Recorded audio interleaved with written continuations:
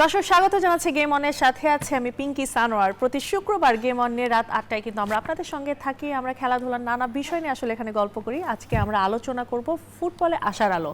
এই বিষয়ে কথা বলবো। এই বিষয়ে কথা বলার জন্য আমার সঙ্গে কিন্তু আজকে স্টুডিওতে অনেক স্পেশাল একজন গেস্ট আছেন। আমাদের সঙ্গে আছেন বাংলাদেশ ফুটবল ফেডারেশনের সহ সভাপতি ফাহাদ করিম। ভাই আপনাকে স্বাগত গেম অনে। Thank you very much. রমজানুল মুবারক। Ramzan Karim, thank you very much. ঠিক যেমনটি বলছিলাম অফেয়ারও আমরা আসলে কথা বলছিলাম যে নতুন ক্রীড়া প্রতিমন্ত্রী পেয়েছে ক্রীড়াঙ্গন এবং সেই মানুষটা কিন্তু সরাসরি ফুটবলের একজন মানুষ। কি মনে হচ্ছে কতটুকু আশান্বিত এবার ফুটবল নিয়ে আসলে আপনারা কতটুকু আশা দেখছেন? আচ্ছা, ধন্যবাদ আপনাকে। প্রথমে একটু আমি আপনার মাধ্যমে এবং দর্শকদেরকে ফিফাকে আজকে স্পেশাল একটা থ্যাংক ইউ দিতে চাই আমার পক্ষ থেকে, ফেডারেশনের পক্ষ থেকে। আপনি জানেন না একটা পোস্ট করেছেন অ্যাবসলিউটলি ফিফার তরফ থেকে মানে দক্ষিণ এশিয়ার পরাশক্তি হিসেবে বাংলাদেশকে আইডেন্টিফাই করেছে। মানে আই থিংক এই একটা পোস্ট কিন্তু অনেক কথা বলে, অনেক কথা বলে যে আর ফিফা তো আমার আপনার না, FIFA is a global body. So ওখান থেকে যখন এরকম একটা আনবায়াসড রিকগনিশন আসে that feels great. So I with you through you I would like to thank FIFA. আর যেটা বলছিলেন আপনার কংগ্রাচুলেশনস আসলে আপনাদের ওইখানে অনেক এটা আসলে সকলের ফ্যানদের অর্জন আমি বলবো, but I would like to dedicate to the fans. But yeah great, thank you. Definitely মাননীয় প্রতিমন্ত্রী মহোদয় ফুটবলের মানুষ, no doubt about it, and successful footballer, legendary footballer. So ওনার সাথে আমাদের প্রথম মিটিংটা জাস্ট 3-4 দিন আগে হলো। দীর্ঘ একটি মিটিং হয়েছে কিন্তু হ্যাঁ, দীর্ঘ একটি মিটিং হচ্ছে, খুবই ভালো মিটিং হয়েছে আমি বলতে পারি আপনাকে। মানে ভেরি এনকারেজিং, ভেরি পজিটিভ। উনি মানে ডেফিনেটলি আমরা যেহেতু ফুটবলে আছি, উনি যেহেতু ফুটবলার, আমরা সবসময় ভাববো যে হ্যাঁ ফুটবলের এখন একটা ভালো কিছু হবে ইনশাআল্লাহ ফ্রম দ্য মিনিস্ট্রি সাইড। আমরা তো আমাদের কাজ করে যাই, বাট মিনিস্ট্রি সাইড থেকে সাপোর্টটা যেটা অ্যাবসলিউটলি, যেটা কিন্তু খুবই প্রয়োজনীয়, যেটা খুবই প্রয়োজনীয়। বাট সবচেয়ে বড় কথা হচ্ছে উনি একজন অ্যাথলেট। তো আমি বিশ্বাস করি যে খালি ফুটবল নয়, ওভারঅল ক্রীড়াঙ্গনে একটি পজিটিভ ভাইব আসবে এখন ওনার নেতৃত্বে, এটা আমি ডেফিনেটলি বিশ্বাস করি। এবং আপনি তো জানেন নিশ্চয়ই যে ক্রীড়ার মন্ত্রী কিন্তু মাননীয় প্রধানমন্ত্রী নিজে। So that is also very encouraging যে যখন আপনার মানে মাননীয় প্রধানমন্ত্রী যখন নিজে ক্রীড়ার মন্ত্রীর দায়িত্ব রেখেছেন, সেটা স্পষ্ট বোঝা যায় যে বর্তমানে সরকারের ক্রীড়ার প্রতি কতটুকু ভালোবাসা আছে, কত সিনসিয়ারিটি আছে। সো আমি personally I am very excited to have Aminul ভাই as the honourable state minister and honourable prime minister as the minister in charge. But at the same time আমি বলবো যে আমি সেদিনেই প্রথমবার আসলে এতক্ষণ ধরে ওনার সাথে আমি অ্যাটলিস্ট আমার সাথে ইন্টারাকশন এরকম হয়নি, বাট ওভারঅল ওনাকে এত কাছ থেকে এতক্ষণ ধরে দেখেছি। অফিশিয়াল ইন্টারঅ্যাকশন বা এই ধরনের ইন্টারঅ্যাকশন এর আগে which is very positive I must say, খুবই ভালো হয়েছে। আমার হাতে একটা প্রতিবেদন আছে, প্রতিবেদনটা একটু দেখে আসতে চাই, এরপর আবার আলোচনায় ফিরবো। নতুন দায়িত্বের সঙ্গে সঙ্গে ব্যস্ততাও বেড়েছে ক্রীড়া প্রতিমন্ত্রী আমিনুল হকের। সাংবাদিক ও ফুটবল ফেডারেশনের সাথে বৈঠকের পর আলাদা করে বসেছেন বাংলাদেশ ফুটবল ফেডারেশনের সঙ্গে। প্রায় 1.5 ঘন্টার বৈঠকে দেশের ফুটবলের বর্তমান ও ভবিষ্যৎ ছিল আলোচনার কেন্দ্রবিন্দুতে। আমিনুল হক জানান, চুক্তির মাধ্যমে কমলাপুর, সিলেট ও চট্টগ্রাম স্টেডিয়াম বাফুফেকে বুঝিয়ে দেবে জাতীয় ক্রীড়া পরিষদ। মাঠগুলো হচ্ছে আমাদের কমলাপুর স্টেডিয়াম, আমাদের সিলেট স্টেডিয়াম এবং চট্টগ্রাম স্টেডিয়াম। এই 3টি মাঠকে আমরা আনুষ্ঠানিকভাবে চুক্তির মাধ্যমে আমরা ফুটবল ফেডারেশনকে বরাদ্দ দিব ইনশাআল্লাহ, এবং সেটা সার্বিক অর্থায়ন করবে এটার গ্যালারি থেকে শুরু করে সার্বিক ব্যবস্থাপনা, কিভাবে আরো উন্নয়নশীল করা যায়, কিভাবে ভালো পরিবেশ তৈরি করা যায়, সেটি ফিফার থেকে একটি অনুদানের মাধ্যমে সেটি করা হবে। শুধু তাই নয়, জাতীয় দলে থাকা নারী ও পুরুষ ফুটবলারদের বেতনের আওতায় আনার উদ্যোগ নিয়েছে ক্রীড়া মন্ত্রণালয়। যে আমরা খেলাধুলাকে যেহেতু পেশা হিসেবে প্রতিষ্ঠিত করতে চাই, এবং আমরা চাই যে ফুটবলের ভিতর থেকে যারা বর্তমানে বাংলাদেশ দলকে রিপ্রেজেন্ট করছে, সেটা পুরুষ এবং মহিলা, আমাদের মেয়েদের ফুটবল, তো সবাইকে আমরা সেই বেতন কাঠামোর ভিতরে এনে আমরা তাদেরকে মাসিক এবং সরকারিভাবে আমাদের চুক্তিভিত্তিক স্থায়ী বেতন কাঠামোর ভিতরে আমরা আমাদের এই ফুটবলারদেরকে অন্তর্ভুক্ত করব। বৈঠক শেষে সন্তুষ্ট বাংলাদেশ ফুটবল ফেডারেশনও। সহসভাপতি ফাহাদ করিম জানান, মাঠগুলো পেলে দীর্ঘমেয়াদে পরিকল্পনা নেওয়া যাবে, ফলে তৃণমূল থেকে জাতীয় দল সব পর্যায়ে গতি আসবে। এর আগে আমরা 8টি ফিল্ড আইডেন্টিফাই করেছিলাম, সেখান থেকে ন্যারো ডাউন করে প্রাইমারিলি 3টি দেওয়া হচ্ছে আমাদেরকে, it's a great news for football. এবং এই 3টাকে আমরা পাওয়ার পর ইনশাআল্লাহ ভালো মতো কাজ করলে আমি বিশ্বাস করি আগামীতে আমাদেরকে আরো ফিল্ড দেওয়া হবে। হামজা সমিত সোমদের আন্তর্জাতিক ম্যাচের বড় ভেন্যু ঢাকা জাতীয় স্টেডিয়াম, তবে এখানে দর্শক চাহিদার তুলনায় আসন সংখ্যা অনেকটাই সীমিত। বাফুফে আশাবাদী শিগগিরই ফুটবল পাবে আধুনিক ও বৃহৎ স্টেডিয়াম। ডেফিনেটলি একটা ফুটবল কমপ্লেক্স স্টেডিয়াম হবে, এটা আমার বিশ্বাস। তাসবিহ শরণ, নিউজ 24, ঢাকা। রাইট ফাহাদ ভাই, আপনার কথাও শুনছিলাম। যেটা ফুটবলের সবচেয়ে ইম্পর্টেন্ট কিন্তু মাঠ, এই মাঠ নিয়ে সবচেয়ে বেশি স্ট্রাগল করা হয় লিগের ক্ষেত্রে। আমরা যখন দেখি কিংবা পুরো বাংলাদেশে ফুটবল খেলার ক্ষেত্রে আমরা দেখি যে মাঠ নিয়ে কিন্তু আলোচনা অনেক বেশি থাকে। সেখানে 8টি মাঠের কথা বলা হলো, 3টি মাঠের জন্য কিন্তু প্রমিস করা হয়েছে ক্রীড়া প্রতিমন্ত্রীর কাছ থেকে। এই মাঠগুলো নিয়ে যদি আপনার কাছে জানতে চাই যে মাঠগুলো আসলে কতটুকু মানসম্মত এবং এগুলোর আসলে রক্ষণাবেক্ষণ কিংবা এগুলোর খরচ, এগুলো কিভাবে আসলে মেইনটেইন করা হবে?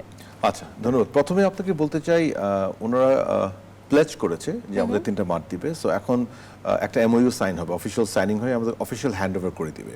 বাট এখানে একটু ক্ল্যারিটির বিষয় আছে, আমরা কিন্তু খালি মাঠটা পাই, অর্থাৎ ওটার সাথে যে পেরিফেরাল যে ফ্যাসিলিটিগুলি আছে, ফর এক্সাম্পল ওখানে দোকানপাট দেয় ওনারা, তারপরে আরো অনেক কিছু আছে যেগুলি কিন্তু সব এনএসসির আওতায় থাকে। সো উই অ্যাকচুয়ালি গেট, আমাদেরকে বলা হয় স্টেডিয়াম, বাট অ্যাকচুয়ালি আমরা মাঠটা পাই, শুধু মাঠ। হ্যাঁ, উইচ ইজ ফাইন। আমাদের মাঠটাই চাওয়া, আমাদের মাঠটাই চাওয়া। সো ডেফিনেটলি আমি যদি এখান থেকে দেখি যে কমলাপুর স্টেডিয়াম কিন্তু অলরেডি আমরা ফিফা অর্থায়নে টার্ফ বসিয়েছি, ওটা কিন্তু আমরা রিসেন্টলি করেছি, আপনি জানেন, আই থিংক 2 মাস হলো, 2 মাস। জি জি। সো ওটা আমরা করেছি। এখন যদি আমাদের করে ডেডিকেটলি দেওয়া হয়, ডেফিনেটলি ওটা খুব ভালো একটা ভেনিউ হবে। ইতিমধ্যে আমরা দেখেন রিসেন্টলি নারী লীগ, তার আগে ফার্স্ট ডিভিশন, আমরা কিন্তু প্রচুর খেলা খেলেছি, যেহেতু এটা হাইব্রিড টার্ফ, ওটা it can absorb, it can take lot of games. So এটা খুব ভালো হবে আমাদের জন্য। এবং ওখানে ফ্লাড লাইট বলেন, যেটা নিয়ে আমাদের সবসময় চ্যালেঞ্জ হয়, এবং আজকে দেখছিলাম বুধবার ফ্লাডলাইটে কিছু বাল্ব চুরি হয়ে গিয়েছে শুনলাম রিসেন্টলি কমলাপুরে, very unfortunate. But dedicated facility পেলে যদি আমরা এগুলোকে গুছাতে পারি, এটা খুবই ভালো হবে। এরপর আমি যদি সিলেট দেখি, সিলেট কিন্তু আপনার এর আগে ফুললি কমপ্লায়েন্ট না হলেও পার্শিয়ালি কমপ্লায়েন্ট, এবং সিলেটে কিন্তু FIFA qualifier, AFC qualifier match হয়েছে, ওখানে সিটস আছে, ওখানকার ফ্লাড লাইটগুলোর অবস্থা ভালো, অ্যাটলিস্ট ছিল আগে। সো ওটাও খুব ভালো ফুটবলের জন্য, ওটা লোকেশন বলেন, it's in the heart of the city. So সেটা যদি আমরা ইনশাল্লাহ পাচ্ছি এখন, যেহেতু সেটাকেও ডেফিনেটলি আমরা একটা ভালো ফুটবল ভেন্যুতে টার্ন করতে পারবো। চিটাগংয়ের যে ইস্যুটা, ইটস অ্যাকচুয়ালি আপনি যদি আমাকে বলেন এই 3টার ভিতরে সবচেয়ে ভালো লোকেশনে, এবং এটা ঠিক সামনে একটা খুব ভালো হোটেল আছে, আশেপাশে বেশ কিছু হোটেল আছে, ফ্যাসিলিটিস গুলো ভালো, খুবই ভালো। It's a very good location and facility wise. However এর আগেও কিন্তু চিটাগং স্টেডিয়াম নিয়ে আমাদের কথা হয়েছিল, তখন লোকাল যারা অন্য ফেডারেশনসটা আছে, they had some issues. So actually আমি ব্যক্তিগতভাবে আই এম লুকিং ফরওয়ার্ড যে আসলে কি হয় ওখানে, বিকজ আমাদেরকে দেওয়ার পরে তো ডেফিনেটলি তাদের সাথে বসতে হবে আমাদের, কিংবা তারাই আমাদের রিচ আউট করবে, বিকজ এটা এমন একটা জিনিস যে আমরা মানে সবাই স্পোর্টসের মানুষ। So definitely we would like to have a good coordination, but একটা টাইম পর্যন্ত আপনাকে ডেডিকেটলি ফুটবলকে দিতে হবে, because that is very important, because ফুটবলটা ওই সিজনাল খেলা না, ফুটবল হচ্ছে প্রতিদিনের খেলা। There is a difference between football, absolutely. But আমরা যদি 3টা ভেন্যু পাই, আমাদের ফিফার ফরওয়ার্ড প্রোগ্রামে আমাদের বেশ কিছু ফান্ডের অ্যাভেলেবিলিটি করার, মানে অ্যাভেল করার সুযোগ আছে। সো ডেফিনেটলি আমরা সেগুলোকে কাজে লাগিয়ে আমরা এগুলি ডেভেলপমেন্ট করতে পারবো। যেমন ইতিমধ্যে আমরা সিলেটের গ্রাউন্ডের জন্য অলরেডি একটা এএফসি ফান্ডে আমরা অ্যাপ্লাই করেছি, so which we will get ইনশাআল্লাহ। সো ওইটা হলে আমরা ডেফিনেটলি সিলেটের গ্রাউন্ডটাকে আবার ঠিক করতে পারবো, সিলেটে অলরেডি সিটগুলি বসানো আছে। সো সিমিলারলি আমরা যদি চিটাগংটা ইনশাআল্লাহ ঠিকঠাক মতো আমাদের হ্যান্ড ওভার হয়, মানে কাগজের সাইন করা আর অ্যাকচুয়াল হ্যান্ড ওভার কিন্তু ডিফারেন্স আছে। বাট আমি এই ক্ষেত্রে একটু বলতে চাই যে মাননীয় ক্রীড়া প্রতিমন্ত্রী মহোদয় কিন্তু বলেছেন যে উনি ওই ব্যুরোক্রেসির মধ্যে পড়তে চান না, উনি বলছেন আমি খুব স্ট্রেট ফরওয়ার্ড মানুষ। So when I say something I mean it, so that was very encouraging too. So আমি বিশ্বাস করি এবার ইনশাআল্লাহ হয়তোবা আমরা 3টা স্টেডিয়াম ভালোভাবে পাবো। 3টা স্টেডিয়াম পাচ্ছেন, আমরা আশা করছি যে 3টা স্টেডিয়াম আসলে বাফুফে পাচ্ছে। 3টা স্টেডিয়াম কি এনাফ হবে? যে প্ল্যানিংটা আসলে আপনারা করেছেন, কিংবা ক্রীড়া প্রতিমন্ত্রীও আসলে যেই জায়গাটাতে স্পোর্টসটাকে নিয়ে যেতে চাচ্ছেন, সেটা কি 3টা স্টেডিয়াম দিয়ে ফুলফিল হবে কিনা? না না, নট এট অল। আপনি মানে আপনার 16 বলছি, আনঅফিশিয়াল 20 কোটি বোধহয় আমাদের, 20 কোটি মানুষ আছে অলমোস্ট দেশ। সো এখানে 3টা stadium is nothing for that matter. But যখন আপনার কোনো ডেডিকেটেড গ্রাউন্ড নাই, সেখানে 3টা কিন্তু অনেক। সো আমি এটাকে কোনোভাবেই মানে ছোট করে দেখছে না, ইটস এ গ্রেট ইনিশিয়েটিভ, কোনো সন্দেহ নাই। সো এর আগেও কিন্তু আপনি দেখেন এই 3টা স্টেডিয়ামের ব্যাপারে কিন্তু এর আগেও কথা হয়েছিল, বিগত মানে ইন্টারিম রেজিমের কথা হয়েছিল। আনফরচুনেটলি অফিশিয়াল হ্যান্ডওভারগুলো কখনো হয় না। অফিশিয়াল হ্যান্ডওভারটা হয়ে গেলে it's a great start, but at the same time এমন বিষয়টা এমন না যে আমাদের যে প্রোগ্রামস আছে সেটা কিন্তু আমরা এই 3টা স্টেডিয়ামের সীমাবদ্ধ রাখবো, that is not the case. যেমন আপনি দেখেন এখন কিন্তু আমাদের ন্যাশনাল আন্ডার 17 চলছে নেশন ওয়াইড, এটা কিন্তু বিভিন্ন জেলা স্টেডিয়ামে কাজ চলছে। হ্যাঁ, সেখানকার ফেসিলিটিগুলো অত মানসম্মত নয়, আমরা স্ট্রাগল করি, গ্রাউন্ডের অবস্থা ভালো হয় না, বাট খেলা কিন্তু চলছে। ক্রীড়া প্রতিমন্ত্রী কিন্তু স্কুল ফুটবলের কথাও বলেছেন, সেটা নিয়ে আপনারা আসলে কি করতে পারেন? আরেকটা বিষয় নিয়ে আপনাদের কিন্তু খুব ইম্পর্টেন্ট একটা বিষয় নিয়ে কথা হয়েছে আপনাদের মিটিং এ, সেটা হচ্ছে খেলোয়াড়দেরকে বেতন কাঠামোর মধ্যে আনা, ফুটবলারদেরকে, নারী ফুটবলার এবং পুরুষ ফুটবলার।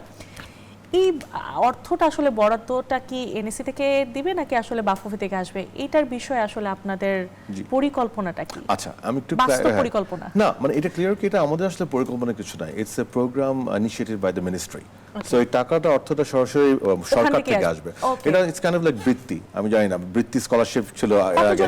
খেলোয়াড়ের মধ্যে ওনারা বলেছে 20 জন প্লেয়ারের কথা, বাট সেখানে আমাদের 20 জন কি টোটাল পুরুষ এবং নারী না, নাকি? পুরুষ 20 জন, মহিলা 20 মহিলা জন। 20 হ্যাঁ, বাট সেখানে আমরা বলেছি যে ফুটবল তো ইজ এ ডিফারেন্ট স্পোর্টস, ফুটবলে 20 স্কোয়াড হয় না, ইটস 23 স্কোয়াড হয়। Always. তো আমরা সেটা বলেছি যে আমরা 23 জন দিব। তো ক্রীড়া প্রতিমন্ত্রী উনিও বলেছেন যে হ্যাঁ আপনারা then will try to consider. So primary ওরা 20 জন বলেছে, বাট আমাদেরকে ইতিমধ্যে বলেছে আমরা আমারই কলিগ সত্যজিৎ রূপুদা উনি এটা পয়েন্ট আউট করেন যে ক্রীড়া প্রতিমন্ত্রী মহোদয়কে যে দেখেন ফুটবলে তো 23 জনের স্কোয়াড হয়, তো আমি তো 20 জন করাটা ডিফিকাল্ট, আমি কোন 3 জনকে বাদ দিব? সো তখন উনি হাস্যজলভাবে বলেছেন, উনি তো জানে ব্যাপারটা, উনি বলছেন তাহলে আপনারা চিঠি দেন, আমরা দেখবো ইনশাল্লাহ। সো উই হোপ যে আলটিমেটলি 23 স্কোয়াডই হবে, বোথ মেন এন্ড ওমেন, এবং এদের যে ভাতা সেটা সরকারি পক্ষ থেকে এনএসসি থেকে সরাসরি আসবে, আমাদের কোনো সংস্কৃতি নেই এখানে। একটু জানার জন্য যে আমি যতটুকু জানি মহিলা ফুটবলে কিন্তু এখনো বেতন সিস্টেমটা আছে, আপনাদেরটা আছে। সো আপনারা যখন 20 জনকে মিনিস্ট্রির আন্ডারে নিয়ে যাচ্ছেন, তাহলে বাকিদের জন্য কোই ফ্যাসিলিটিসটা কি অন থাকবে কিনা? না, মানে এটা তো আসলে ইটস এ সেপারেট থিং, কিন্তু না, যে 20 জন ওখান থেকে পাচ্ছে তারা তো এখান থেকে পাবে না, বাকি যে বোথ সাইড থেকে তারা পাবে। কারণ আপনি দেখেন আমাদের তো ক্যাম্পের ওরা তো আমাদের ডিফারেন্ট, আমাদের জাস্ট রিসেন্টলি আমরা সকলকে সাইন করেছি, I think 64 if I am not number, yeah 64 গতবার থেকে 10 জন বেশি বোধহয় এবার। সো 64 প্লেয়ার আমাদের সাইন হয়েছে কন্ট্রাক্ট, 3 জন সাইন হয়নি। I think there were some small issues. ওনারা অস্ট্রেলিয়া থেকে এসে এটা হয়ে যাবে, বাট অন প্রিন্সিপাল কোনো মানে ডিসপিউট নেই ওখানে কারোর সাথে। সো আপনি বলতে পারেন সবারই হয়ে গেছে আলহামদুলিল্লাহ। সো ওইটা তো আলাদা, দ্যাট উইল গো প্যারালাল। আর এটা সরকার থেকে যেটা হচ্ছে সেটা হচ্ছে only for the national team squad. এখন এই স্কোয়াডটা তো চেঞ্জ হবে, so it's not a fixed thing, but সে স্কোয়াডে না থাকলেও সেটা আমার ক্যাম্পে আছে। সো আমাদের ভাতা যেটা কিংবা আমাদের যে বেতন যেটা আমরা বলি অ্যাজ এ কন্ট্রাক্ট, সেটা কন্টিনিউ করবে, সেটার সাথে এটার কোনো সম্পর্ক নাই। এটা যেমন আমি যদি একটু বোঝার জন্য বলি, লাইক যদি আমি ঋতুপর্ণার কথা আমি জাস্ট বলার জন্য অ্যাজ এন এক্সাম্পল আমি বলছি, ঋতুপর্ণা মিনিস্ট্রি থেকেও পাবে আবার বাফুফে থেকেও পাবে, বোথ সাইড থেকে। অ্যাবসলিউটলি। ওকে, একটা বিরতির সময় হয়ে গেছে, বিরতি থেকে ফিরে আসলে বাকি আলোচনা করতে চাই। এর মধ্যে কিন্তু নারী ফুটবল দল অস্ট্রেলিয়াতে পৌঁছেছে, প্রথমবারের মতো এশিয়া কাপে কিন্তু তারা কোয়ালিফাই করেছে। এটা কিন্তু আমাদের জন্য আসলে বাংলাদেশের জন্য অনেক বড় একটা অ্যাচিভমেন্ট, সেটা নিয়ে কথা বলবো ফাহাদ করিমের সাথে। একটা বিরতির পরে কোথাও যাবে না, ফিরছি কিছুক্ষণের মধ্যে। বিরতির পর আবারও স্বাগত জানাচ্ছি গেম অনে। দর্শক, আজকে কিন্তু আমাদের সঙ্গে একজন স্পেশাল গেস্ট আছে, আমাদের সঙ্গে আছে বাফুফের সহ সভাপতি ফাহাদ করিম। তার সঙ্গে আমরা কথা বলছি ফুটবলের নানা বিষয় নিয়ে। এবার একটু যেতে চাই যে যেটা বলছিলাম বিরতিতে যাওয়ার আগে, নারী এশিয়ান কাপ প্রসঙ্গে একটু যেতে চাই। বাংলাদেশ নারী দল কিন্তু প্রথমবারের মতোই আসরে খেলার যোগ্যতা অর্জন করেছে। দল এখন অস্ট্রেলিয়া আছে, তারা অনুশীলনও করেছে। এই আসরে আসলে তারা কি ধরনের প্রত্যাশা করছে এই সব কিছু জানবো। আমাদের একজন সহকর্মীও কিন্তু অস্ট্রেলিয়াতে আছেন, সুখন সরকার। আমরা একটু তার সঙ্গে কানেক্টেড হতে চাই, তারপর আমরা কিন্তু ফাহাদ ভাইয়ের কাছে যাব, একটু কানেক্টেড হতে চাই। সুখন, আপনাকে স্বাগতম গেমনে। সুখন, আমাকে শুনতে পাচ্ছেন? হ্যাঁ, ধন্যবাদ পিঙ্কি আপনাকে। নিশ্চয়ই সুখন, লম্বা জার্নি করে আসলে গেছেন, আপনাকে খুব বেশিক্ষণ আমাদের সঙ্গে যুক্ত রাখবো না, কিন্তু তারপর আপনি যখন গিয়েছেন আপনি নিশ্চয়ই টিমকে সামনে থেকে দেখেছেন, তাদের আসলে মনের অবস্থা কি, তারা কতটুকু এনজয় করছে, এবং সামনে খেলা আছে। খুব কঠিন একটা গ্রুপে আসলে বাংলাদেশ পড়েছে, সেখান থেকে বাংলাদেশের আসলে প্রত্যাশা কতটুকু আপনার কি মনে হয়? এবং আমাদের সঙ্গে কিন্তু ফাহাদ ভাই আছে, সো আপনার যদি কিছু জানার থাকে ফাহাদ ভাইয়ের কাছে প্লিজ আপনি কিন্তু প্রশ্ন রাখতে পারেন।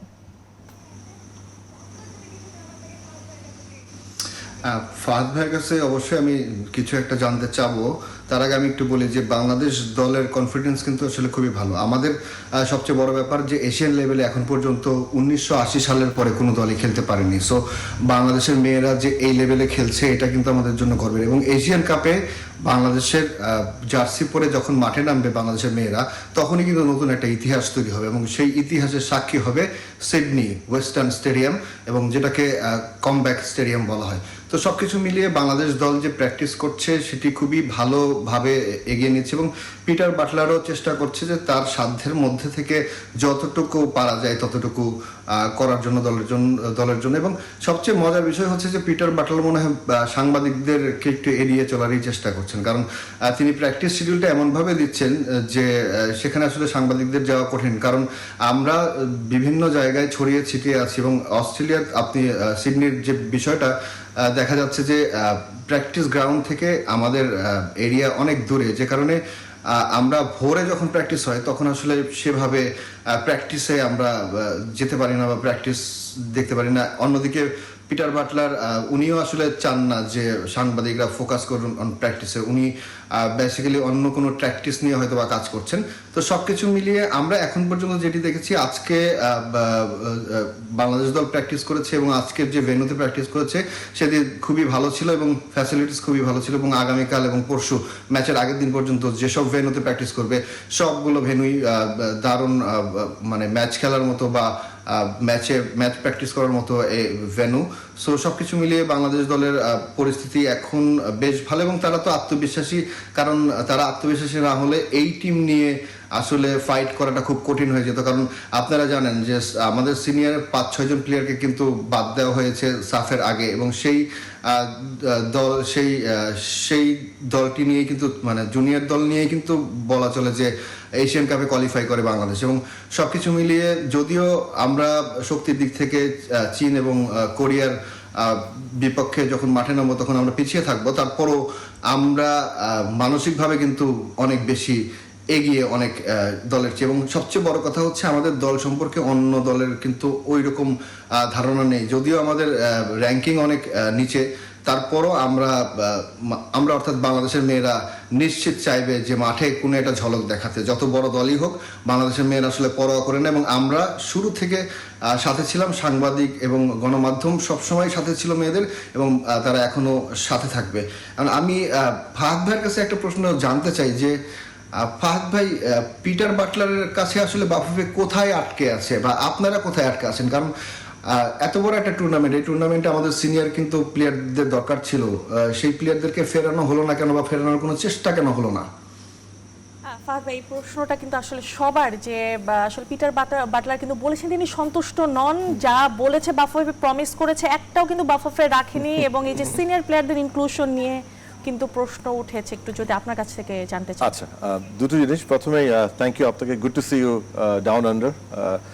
আপনার প্রথমত আমরাও কোনোভাবে আটকানো না পিটারের কাছে, পিটারও আমাদের সাথে কোনো আটকানো না। দ্য ফ্যাক্ট ইজ আমাদের সম্মানিত সভাপতি এসব ব্যাপারে ইজ ভেরি প্রফেশনাল, যে টিম সিলেকশন কিংবা স্কোয়াড সিলেকশনে অ্যাবসলিউটলি কোনো ইন্টারফারেন্স নাই, অ্যাবসলিউটলি কোনো ইন্টারফারেন্স না, এটা থাকা উচিত না, বাট উনি কখনোই অ্যালাউ করে না, মানে ইটস ইম্পসিবল। মানে সত্যি কথা হচ্ছে স্কোয়াড যে দেয় ওনারা, মানে পিটার ফাইনাল করে উনি কিন্তু পাঠায়, মানে এমনও না যে পিটার স্কোয়াড করে একবার কোনো ওপিনিয়নের জন্য কাউকে চায়, মানে ইটস হিজ স্কোয়াড, উনি সাইন অফ করে এন্ড দ্যাটস ইট। আমরা কখনো absolutely, so that's the number one. আর নাম্বার টু, যেটা উনি বলেছে আমি মানে শোনার পরে, অনেকের কাছ থেকে শোনার পরে I saw what he said actually. এটা আমি যেটা মনে করি যে রেজাল্টের কথা চিন্তা করে হয়তো উনি একটা আই ডোন্ট নো একটা স্টান্স নিচ্ছে হয়তো বা সামথিং লাইক দ্যাট। বাট আপনি যদি আমাকে জিজ্ঞেস করেন যে উনি যা চেয়েছিল ফেব্রুয়ারি মাসের যা চেয়েছিলেন ওটা ছাড়া বাকি সব কিছু আমরা করেছি অ্যাবসলিউটলি। আমি আপনাকে মানে ওনার চাওয়া লিখিত দেখাতে পারবো, আমরা কি দিয়েছি সেটা বলতে পারবো। Whatever he wanted we gave. February মাসে আমাদের উনি একটা 2 সপ্তাহের জন্য বোধ if I am not wrong 2 সপ্তাহের একটা ক্যাম্প চেয়েছিল আর দুটো দেশের সাথে খেলা চেয়েছিল। সো ফেব্রুয়ারি যেহেতু আমাদের লিগের খেলাটা এক্সটেন্ড করে এবং দ্যাট ওয়াজ বিকজ সাফ আন্ডার-17 নিয়ে উনি নেপালে যান, মানে সাফ আন্ডার-19 কিন্তু আমরা সেপারেট স্কোয়াড পাঠাতে পারতাম লিগটাকে এফেক্ট না করে, উনি এখানে থাকতে পারতেন। বাট উনি চেয়েছিলেন, উনি বলছেন না সাফ আন্ডার-19 উনি ফুল স্কোয়াড নিয়ে যেতে চান। সো সাফ আন্ডার-19 এর জন্য আমাদের লিগটা একটু এক্সটেন্ড হয় ফেব্রুয়ারি মাসে, সেই জন্য ওনার প্রেফার্ড যে 2 সপ্তাহ ক্যাম্প আর 2টো খেলা সেটা তো আমরা করতে পারিনি, বাট আমরা কিন্তু তারা অল্টারনেট করেছি। আপনি দেখেন লিগ শেষ হওয়ার 2 থেকে 3 দিন পরে কিন্তু আমরা তাদেরকে অস্ট্রেলিয়া পাঠিয়েছি, আমরা আমাদের খরচে। আজকে তোরা এফসি ক্যাম্পে উঠেছে এবং আমরা 2টো খেলা আপনার ফিলিপিন্সের সাথে এবং একটা অস্ট্রেলিয়ান ক্লাবের সাথে আমরা কিন্তু সিলেক্ট করেছিলাম। বাট উনি ফিলিপিনটা খেলতে চান না, বিকজ ওনার 2টো লজিক ছিল। একটা লজিক ছিল উনি বলেছিলেন মেরা tired, so he didn't want to take that chance. এইটার পরিপ্রেক্ষিতে যদি একটু সুখন, আপনাকে আর আমরা যুক্ত রেখে কষ্ট দিতে চাই না, আপনি লম্বা জার্নি করে গেছেন, আপনাকে অনেক অনেক ধন্যবাদ আমাদের সঙ্গে যুক্ত থাকার জন্য। আমরা একটু ফাহাদ ভাইয়ের সাথে একটু আলোচনায় আবারও ফিরতে চাই।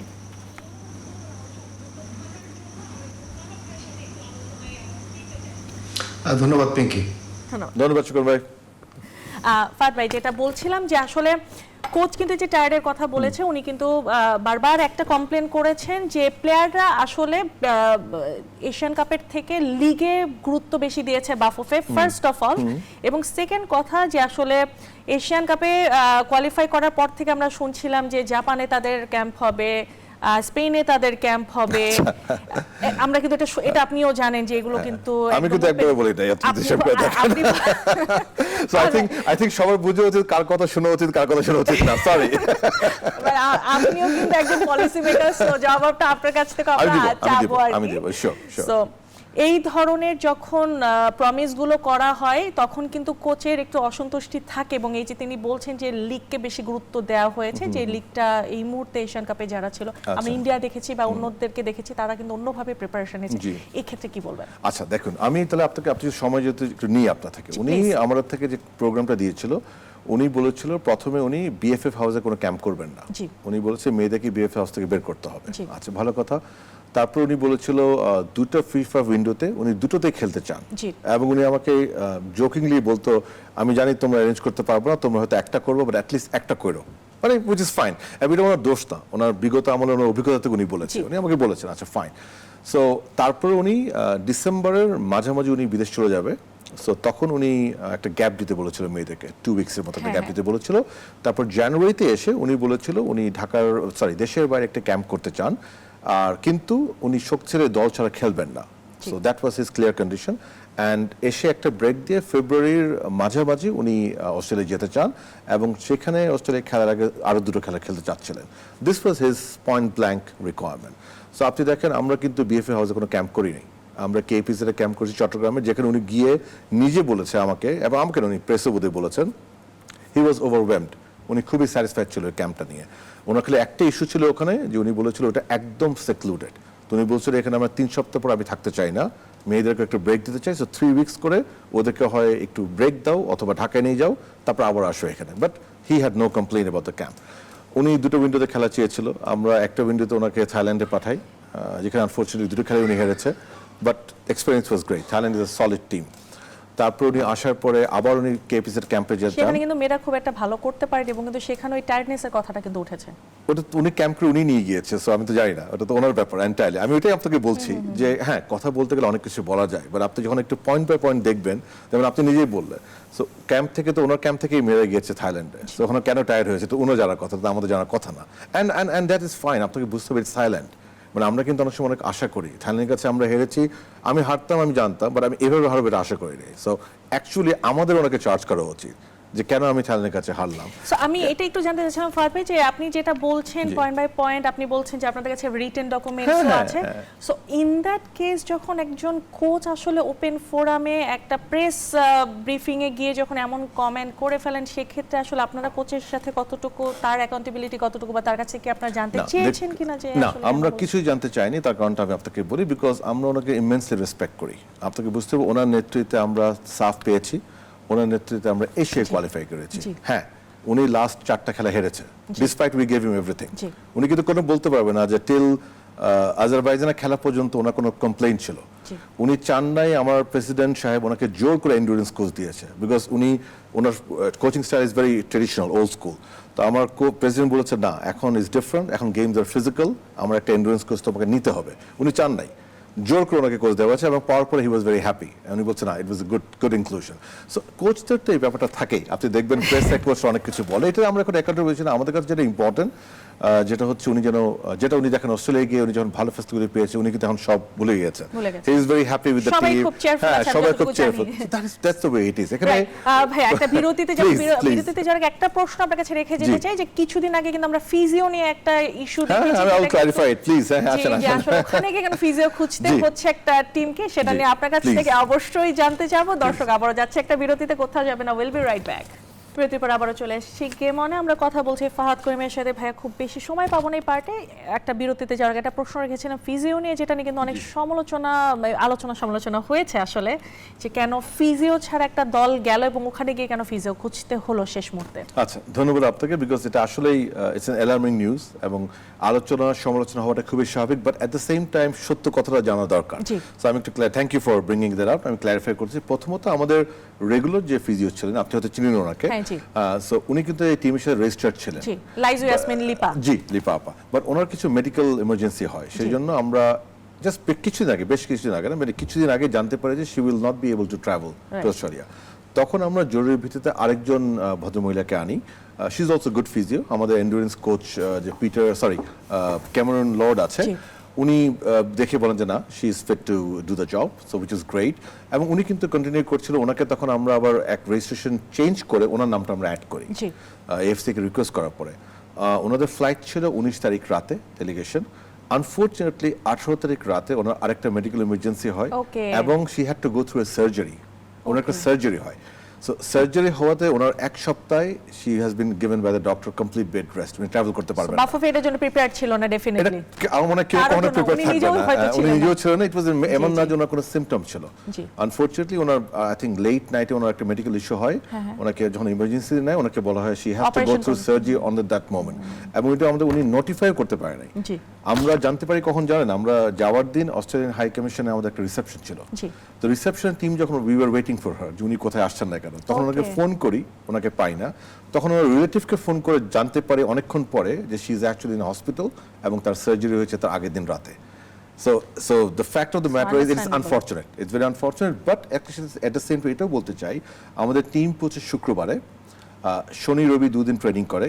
আমরা যাওয়ার আগে ভ্যালেন্টাইন স্পোর্টস পার্ক যাদের এখানে ক্যাম্প করেছি, আমরা তাদেরকে জানিয়েছিলাম if they could give us the support. But যেহেতু উইকেন্ড ছিল, ওরা দুদিন সাপোর্ট দিতে পারে নাই এবং সোমবারে আমরা খুঁজে একটা ভালো ফিজিও পেয়েছি। Very experience, young but very experience, এবং উনি এখন অল দ্য ওয়ে টিমের সাথে কাজ করছেন। So problem solved. একদম ছোট্ট করে আর 2 মিনিট আমার হাতে আছে, যেহেতু আপনি ডিরেক্টলি ব্রডকাস্টিং এর সাথে কথা বলছেন। বাংলাদেশের লিগগুলো কিন্তু ব্রডকাস্টিং যখন আমরা যখন টিভিতে দেখি, এটা নিয়ে কিন্তু আসলে ভক্তদের মধ্যে অনেক আমার মধ্যে হতাশা আছে, আমার মধ্যেও আছে। সো এটা আপনার কাছে একটু ছোট্ট করে জানতে চাবো, অনেকে নিশ্চয়ই দেখছেন শোটা, যে আসলে ব্রডকাস্টিং নিয়ে আপনারা কতটুকু কাজ করছেন এবং আমরা একটু বেটার ব্রডকাস্টিং সামনে দেখতে পাবো কিনা। না, ডেফিনেটলি। প্রথমে একটু বলি, এখানে এক্সপেকটেশন আমাদের বেশি করা উচিত হবে না, বিকজ আমাদের ফিনান্সিয়াল কনস্ট্রেইন আছে। মানে আপনি যে টপ কোয়ালিটির প্রোডাকশন চান, দ্যাট ইজ ভেরি এক্সপেন্সিভ। আমাদের লিগে খেলা হয় 90টা, আর ফেডারেশন খেলা হয় 20+, মানে 110টা প্লাস খেলা হয়।